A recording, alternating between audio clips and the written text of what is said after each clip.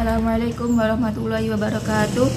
Saya Khairunisa dari Prodi TIA akan menjelaskan tentang makalah kami yang berjudul Ilmu Keislaman dan Kajian Ilmu Sosial. Yang pertama, sejarah pertumbuhan ilmu-ilmu keislaman. Sejarah perkembangan peradaban Islam dibagi menjadi 3 periode. Yang pertama, periode klasik pada tahun 650 sampai 1250 Masehi. Yang kedua, periode pertengahan pada tahun 1250 sampai 1800 Masehi. Lalu yang ketiga, periode modern pada tahun 1800 sampai sekarang. Dalam sejarah ilmu keislaman, nama-nama tokoh ilmu diantaranya Al-Mansur, Harun al-Rasyid, Ibnu Khaldun, dan lain-lain. Pada masa itu, proses penerjemahan karya-karya filosofi Yunani ke dalam bahasa Arab berjalan pesat. Sejarah juga mencatat kemajuan ilmu-ilmu di bidang tafsir, hadis, fikih, dan disiplin ilmu keislaman yang lain. Lalu yang kedua, Islam Studies model Barat dan Orientalis. Masa Islamic Studies model Barat dan Orientalis dimulai bersamaan dengan munculnya negara-negara Barat. Setelah mengalami masa gelap yang lama, para Orientalis biasanya membagi dunia menjadi Barat dan Timur. Fungsinya sebagai doktrin politik untuk menguasai Timur yang lebih lemah daripada Barat. Islamic Studies di Barat dilakukan dengan melalui 4 pendekatan, yaitu menggunakan metode ilmu-ilmu yang masuk di dalam kelompok humanitis seperti filsafat, filologi, ilmu bahasa, dan sejarah, terkadang dimasukkan ke dalam social science.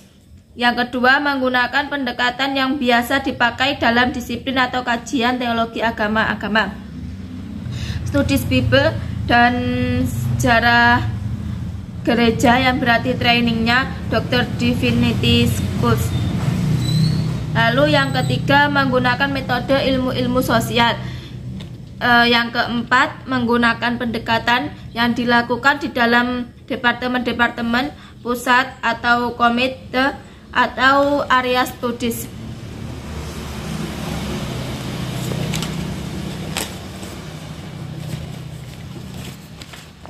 Lalu untuk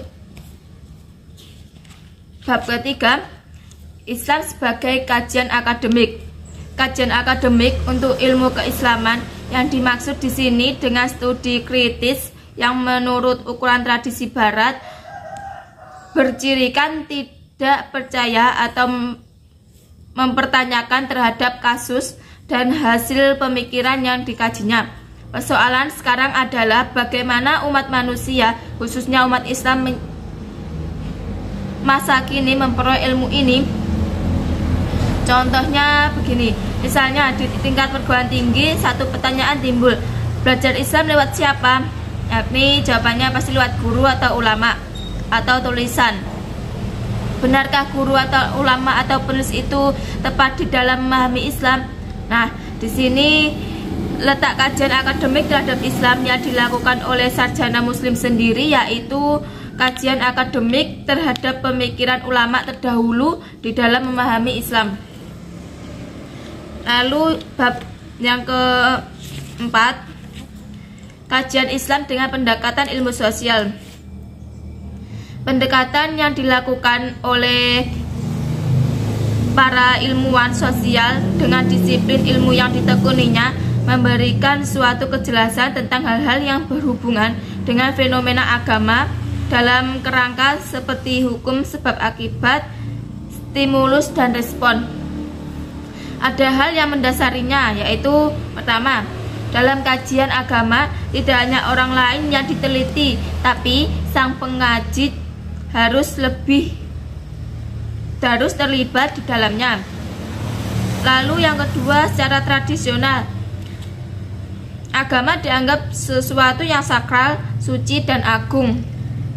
Maka permasalahan yang akan muncul adalah ketika peneliti bersinggung atau mengkritis hal-hal yang berkaitan dengan masalah agama. Apabila itu terjadi, maka akan dianggap sebagai bentuk pelecehan, bahkan merusak nilai tradisi agama. Lalu bab yang kelima, Islam versus ilmu keislaman.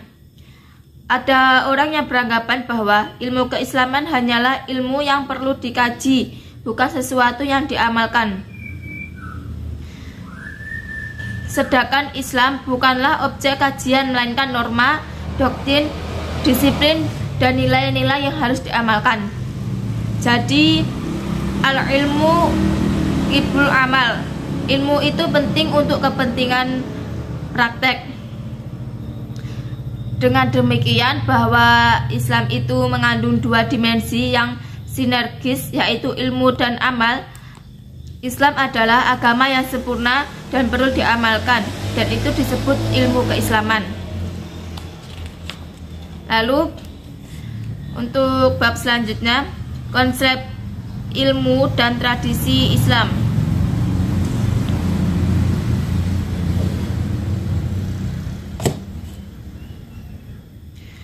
Al-Syafi'i mengelompokkan ilmu menjadi dua, yaitu ilmu amah.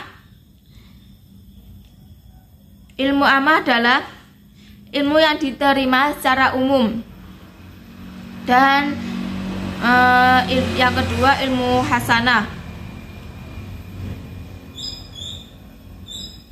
seperti sholat 5 waktu, puasa Ramadan, haji bagi yang mampu, terus membayar zakat, terus keharaman berzina, terus keharaman meminum khamr, dan lain-lain. Jika yang pertama tidak terjadi pendapat, maka yang kedua terbuka untuk terjadinya pendapat.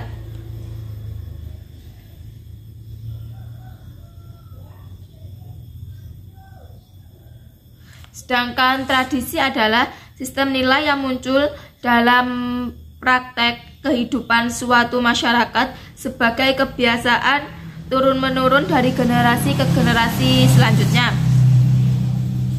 Dalam segi budaya dan agama, agama dipandang sebagai realita dan fakta sosial, sekaligus juga sebagai sumber nilai dalam tindakan-tindakan sosial maupun budaya. Contohnya tradisi Islam seperti Hari Raya Idul Fitri, Idul Adha, terus Maulid Nabi, Isra Mi'raj, dan lain-lain. Sekian itu isi dari makalah saya. Bila ada kurang lebihnya mohon dimaafkan. Saya akhiri, wassalamualaikum warahmatullahi wabarakatuh.